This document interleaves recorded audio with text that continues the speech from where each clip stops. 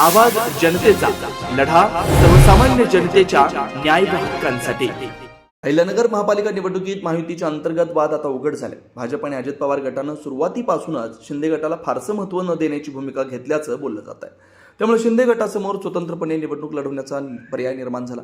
लोकसभा निवडणुकीत सुजय विखे यांचा झालेला पराभव लक्षात घेऊन विखे गटानं शिंदे गटाची हातमिळवणी करायची नाही असा ठाम निर्णय घेतल्याची चर्चा आहे. त्यावर अजित पवार गटाचे आमदार संग्राम जगताप यांनी अनेक प्रभागात शिंदे गटाला जागा देऊ नयेत अशी भूमिका घेतली. महायुतीनं शिंदे गटाला केवळ 10 ते 12 जागांचा प्रस्ताव दिला होता. मात्र त्या जागांवर शिंदे गट सहमत नसल्यानं चर्चा थांबली. उमेदवारी अर्ज दाखल करण्यासाठी फक्त 2 दिवस उरले असताना शिंदे गटानं सर्व जागांवर स्वतःचे उमेदवार उभे करण्याचा निर्णय घेतल्याचं समजतं. दुसरीकडे महायुतीनं कोतकर गटालाही आपल्या समीकरणातून दूर ठेवण्याचा निर्णय घेतल्याचं बोललं जात आहे. त्यामुळे कोतकर गटानेही पर्यायी हालचाली सुरू केल्या असून त्यांच्या काही पदाधिकाऱ्यांनी शिंदे गटाशी संपर्क साधल्याची चर्चा आहे. आतील वाद वाढल्यामुळे महायुतीनं एबी फॉर्म शेवटच्या दिवशीच आणि अत्यंत काळजीपूर्वक देण्याचा निर्णय घेतल्याचं कळतंय.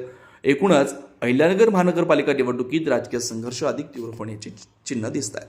नवनवीन घडामोडी आणि सत्य बातमी पाहण्यासाठी आजच आमच्या YouTube चॅनलला सबस्क्राईब करा, शेअर करा आणि लाईक नक्की करा.